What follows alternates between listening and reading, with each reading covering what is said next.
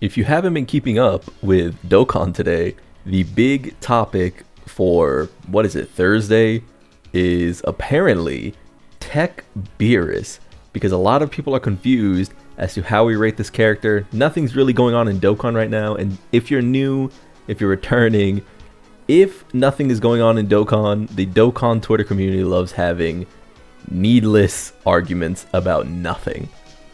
So apparently, what has sort of prompted this is that the Super Saiyan 2/3 and Kid Buu EZAs are being compared to, and it's making Tech Beerus be reduced to a level that he is not at.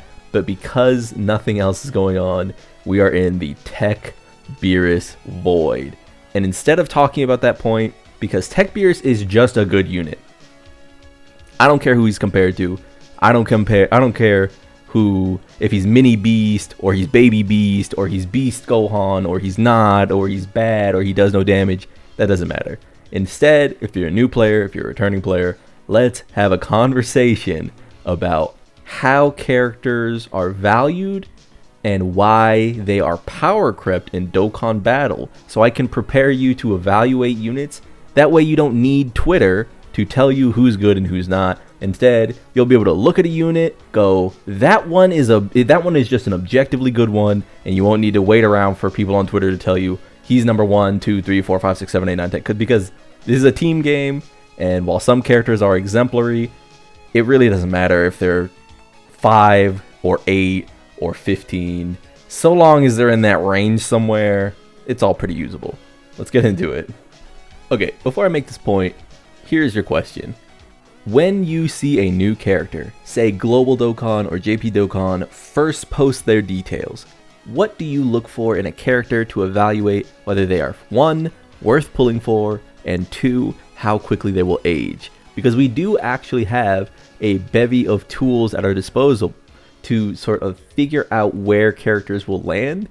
Even if we overjudge them or underjudge them, we can kind of get a good idea of the landscape they are dropping into, right? So I think the most obvious of these is Super EZAs. Super EZAs are old characters. They kind of have similar makes, and they're essentially characters that have to be rebuilt from the ground up because they have one-line passives when they were put into the game. We knew Frieza would be good. We knew Beerus would be good. We knew Kid Buu would be good. We knew Broly would be good. We knew Gotenks would be good, etc., etc. The thing about Super EZAs is they are at their most valuable when they are just assisting teams fill out their slots. They are not trying to headline teams.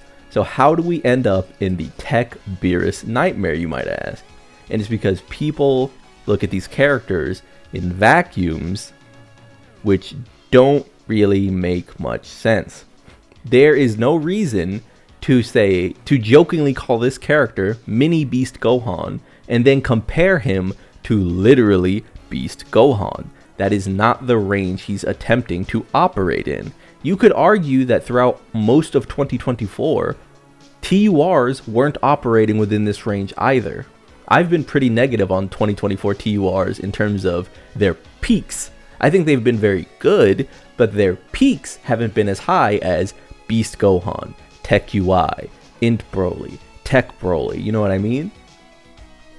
And that's coming from someone who would consider the Brat Trio one of my favorite EZAs all year. This character just feels good to put on teams. You float them in slot 2 or 3, sometimes you might even need them in slot 1, they dodge, they're consistent, you know what you're getting. But I would never look at you and say, this character is competing for best character in the game. So we know that Super EZAs typically help fill out teams. Let's move on to actual premium characters and talk about the ways in which we detect power creep, right? Okay, so you might be wondering why this range of characters. This isn't a team, obviously. This is just a smattering of characters. I'm going to call this the slot 1 segment, the quote-unquote slot 1, because a lot is said about slot 1 in Dokkan Battle. This is the hallowed slot 1. Oh my god, if a character can go slot 1, they're over the moon. You know what I mean? And it's true to some degree, right? Because the blues, for example, I'll go right to left. The blues, for example, were treated very poorly by the community. Very, very poorly. Very, very, very poorly. They didn't do much damage. They didn't transform easily, and thus you couldn't access Vegito and have the most amount of fun, right?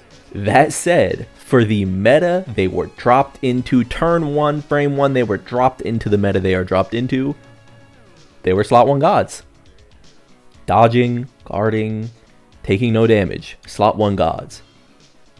And people hated the transformation condition so much that they refused to acknowledge this. Much like they're refusing to acknowledge Tech Beerus's power as slot 1, or slot 2, or slot 3. I have yet to have Tech Beerus die on me, period. Right? This is a powerful facet that people will bring up for characters they like and excuse for characters they don't. Obviously, this character has flaws. Obviously, their animations could have been better. But the moment they entered the game, they could sit in slot 1. Somehow that goes missing when we talk about characters. Int Goku. Int LR Super Saiyan 4 Goku, rather. An impeccable slot 1 the day he released. Beat up Omega Shenron. Beat up Fuse Zamasu. The issue is that he, like the previous character, is gated to slot 1. So now we can talk about what is the power creep for slot 1 units. And the power creep is very obvious. The moment they cannot survive pre-attack, they are out. This is probably the hardest and most effective way a character is power creeped in all of Dokkan Battle. You could actually go out of your way to put on the tinfoil hat and say that Super Saiyan 4 Goku, being as hype as he is, was made a slot 1, so he felt like a character you could not skip, and a character that they could then power creep very quickly. Right? Orange Piccolo. Now we're getting interesting. A premier slot 1 character in his time for a very long time, even into the later stages of the year. That said, because he is not forced to be slot 1, he's only forced to get attacks in, his power creep was much slower. They could not force him out of the meta until they simply added numbers to his enemies. Now we see Orange Piccolo as a sort of floating character. We're not even really getting access to his support a lot of the time, his key support. Instead, he's a character that can semi-reliably exist on the fringe of fights and then use his giant form. Before that, we were looking at a true slot 1 character. I brought this character up because this is probably the most important way that they power creep dodge characters.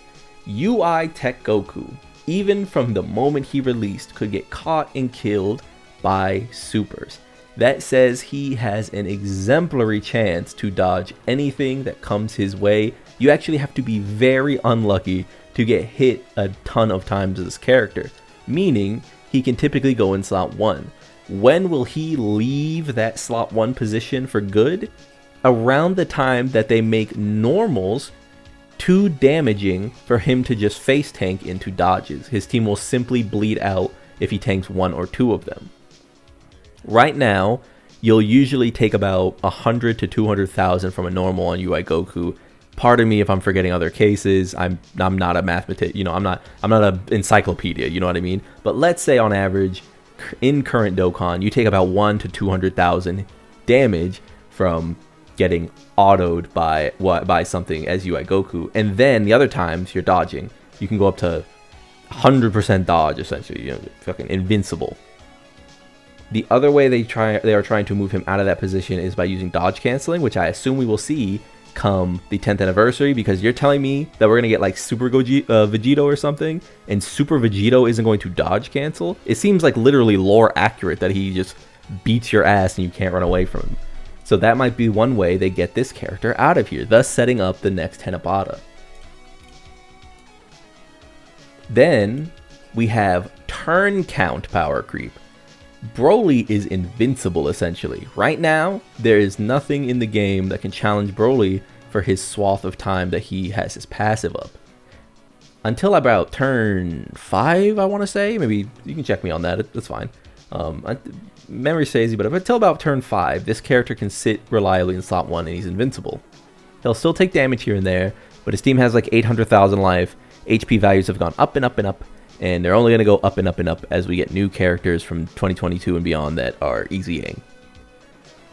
The way they'll get him out is they'll just continue to add damage, obviously. Damage will continue to increase. These fights will get harder. Right now, he has great damage, so he contributes to the damage gating that is happening with the Goku and Frieza fight and other fights. And soon we'll sort of see this reflected in turn count. Goku and Frieza already do a good job of this. People say, why does Goku and Frieza start with the Gohan and Frieza segment? It's not because it's difficult, it's because it's looking to sap your turn count. That is very important. Turn count manipulation is important. And you can use it as a good thing. You can under attack them, and then Tech UI can get his domain out reliably going into 17 Frieza.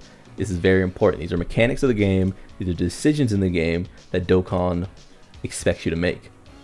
And then finally, we have another example of slot 1, and this is the domain counter, which is eventually these teams will get a better domain than Int Broly's. As well, he'll start actually taking damage through the domain, as well as being countered by turn count. So this is like twofold the Tech Broly issue. One, he'll start taking damage from the actual expansion of the numbers, and two, the domain, let's call it opposition from your various units, excuse me, will make team building too wonky to sustain. We're already seeing that with Int Broly when you go on his team and you're like, man, I kind of want to use him, but I can't really bring him because I can't fit him on uncontrollable power, right? There are a lot of powerful villains that are going to come up that aren't on this category. That said, there are a lot of powerful villains that are going to be on this category, right? We see characters like the GT17s and Kid Buu and, you know, Buu Tanks in general. Other Brolys, they'll probably make more Brolys, and the androids, all due for more characters, but ultimately in contention for ruining this guy's fun. All right. Here we have a smattering of damage guys. These are the characters whose entire thing is they show up and do damage. Of course, some of them have other mechanics that make them powerful, but for the most part, they were released with the intention of doing big damage.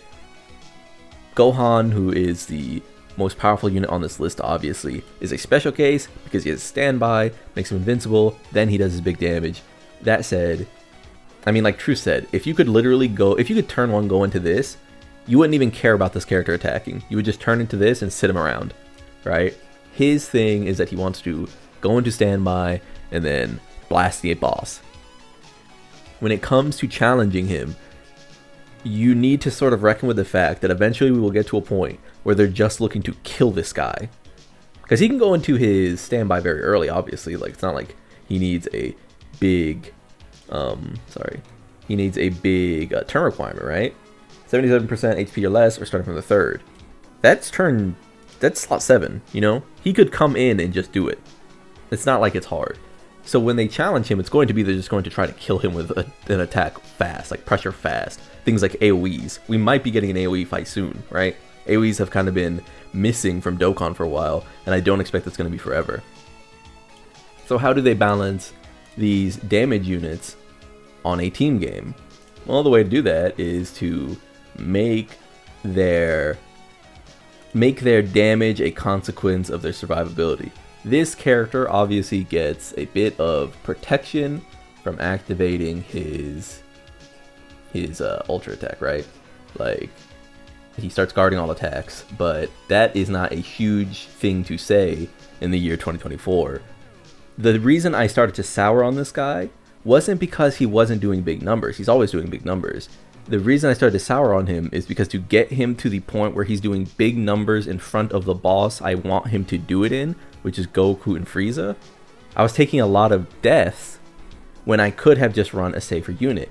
like Tech Beerus. No damage. People always say, why use Tech Beerus on the Uncontrollable Power team? The reason why is because he doesn't really infringe on anything the other characters are doing, right? Because obviously this character has planetary destruction. You pop the amount of runs I'll, you know, quote unquote lose to Beerus being on a rotation with Int Broly and thus like ruining his domain is probably less the amount of runs I'll lose from having this character in slot 7 get caught, locked and caught, killed and caught, can't float off and caught. But because he does such a big explosive thing, he's typically looked at more favorably, which is fine, you know, it's whatever. But that takes us to, when does the character's damage stop mattering? And that's when they don't do enough. You know, these characters who want to share standby, much like domains, they're just sort of ruined by better options coming out and dwarfing their ability. As well, why would you run this character when not only is this character standby better, but his defensive quality is better, right? I think this is the easiest group of character to power creep, so I won't spend much time on it. But if you're gauging a character, let's say, on how much damage they do, try to remember that this is the bar. I know it feels like, oh, that's unfair, that's the Family Kamehameha. But if you're only pulling for damage, this needs to be the bar. Not Tech EZA Broly. Even if he puts up the 100 million attack stat, it's not Tech EZA Broly. The safety of Super Saiyan Gohan is actually more important than the few bits of damage more that transformed Super Saiyan Broly will do while the Family Kamehameha charges, right? And that kind of goes back to the thing where people find the dodge argument kind of contentious. They say, well, if you look at the math, maybe an additional here, you know, 50% of the time or 30% of the time is better than a dodge that doesn't happen.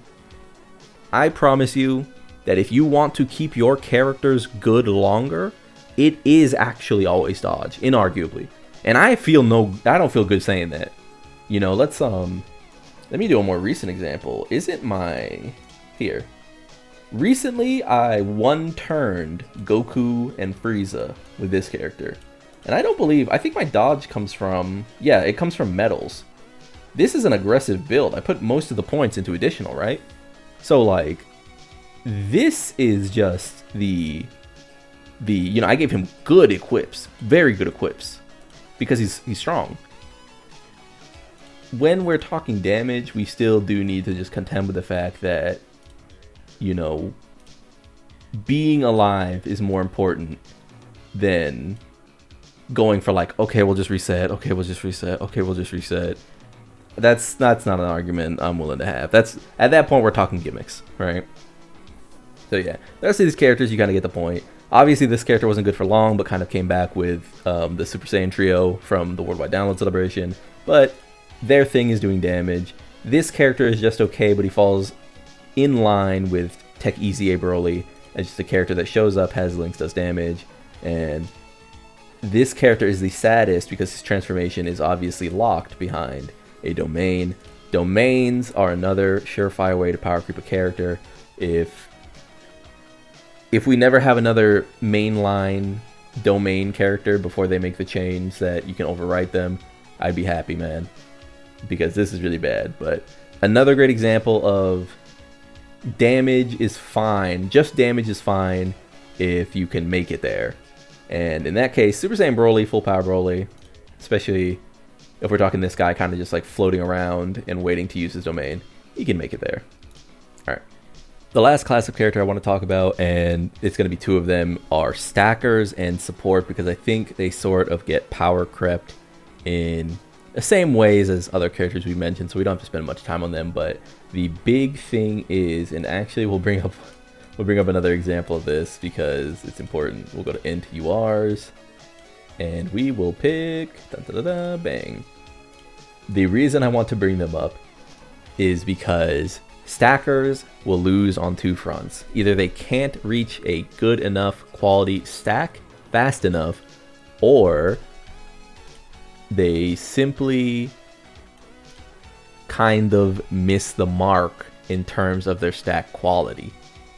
Int, Broly, and AGL Bardock, actually, as EZAs, are funny because they expected us to get to these huge numbers with these characters, but how? They don't match up to the 50% stacks that we see in other characters like Gohan. Gohan gets to absurd values very quickly, as well as having other defensive mechanics to hide in their kit. Guards all attacks, damage reduction for 1 turn. That means he gets at least his 1 turn of damage of like not dying. And you don't have to that's the thing, you don't have to keep him in slot 1. You just need to find him a place to sit. Whereas Broly is very much a soft damage reduction character, and then a soft damage reduction character if he's fighting certain enemies while attacking. It's too many conditionals, right? This is the type of character we're talking about when we talk stacks. And weirdly enough, this kind of isn't. Because even though they're raising defense, look how sad this is. 30% here, 20% here is 50%. That's just not enough. 50% for a stacking, like a character that's trying to stack defense, double stack defense. You just get to the point where you're dying way before that adds up, right? And then to add on a tough fusion condition, it's like, well, I guess they were just doomed to die. There wasn't enough viability in their actual kit. It was just predicated on stacking. I think that is where the stacking characters do the worst, is when the developers say, oh, they stack so the rest of their kit doesn't matter. If you look at a new character and it says their kit's kind of underwhelming but they stack, that shit is DOA. You gotta get away from them. Meanwhile, supports are pretty obvious.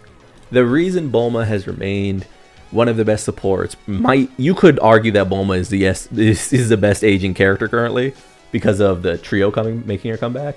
The reason this character looks so impressive is because supports are the hardest to age, so long as their base kit is also good.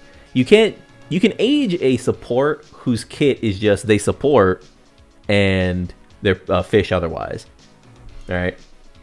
Bulma luckily has guards all attacks for 7 turns, damage received up to 70%, 77% start of each turn, and best yet, and you can see it there, I put 24 dodge on this bitch. This is one of those examples where people can tell you that dodge isn't the one until you want to increase the longevity of your characters, at which point dodge is essentially the only choice to make. And this will change at some point. I said it before, dodge ages out when you can't take that one hit, but Bulma is a support that sits in slot 3. So typically she kind of can, she'll weather it. By and large, strong supports are hard to age, so when you see them, they're pretty free to summon on. If you see a strong support, it's pretty free, and that's why I brought these guys up. Their biggest damning moment is that their standby is contested heavily. It's not the best standby available, and they also are having a tougher time sitting in slot 1 with their support, which they used to do for free. It doesn't mean they're gone, but it does mean they're worse, right? As well, they're also orb changing, but the thing you're running this character for is if there's another movie here, there's all out struggle category attacking, then you get damage reduction, and for 2 turns, all allies 77%, which is colossal if you're running 2 of these guys. It doesn't mean that you can now run 2 of them in slot 1 and both rotations are completely safe and no. But it does mean that as these characters age and new fights come up, you can feel pretty safe that your stones went here, because at worst they just go slot 3. Great link set, great categories. This is the type of character you want to summon on if you're afraid of your characters becoming worthless fast. And that's the same thing with Glorio. And I guess that's the big point that I'll end with, is that when you're looking at these 2 characters, it's pretty obvious who's better longer. It's not the one whose stats, it's the one whose position already is one, patching up holes in the other teammates' kits, and two, he himself is in a relatively uncontested slot, which is slot 3. If you enjoyed the video, like the video, subscribe to join the club. We all go make it, and peace, man.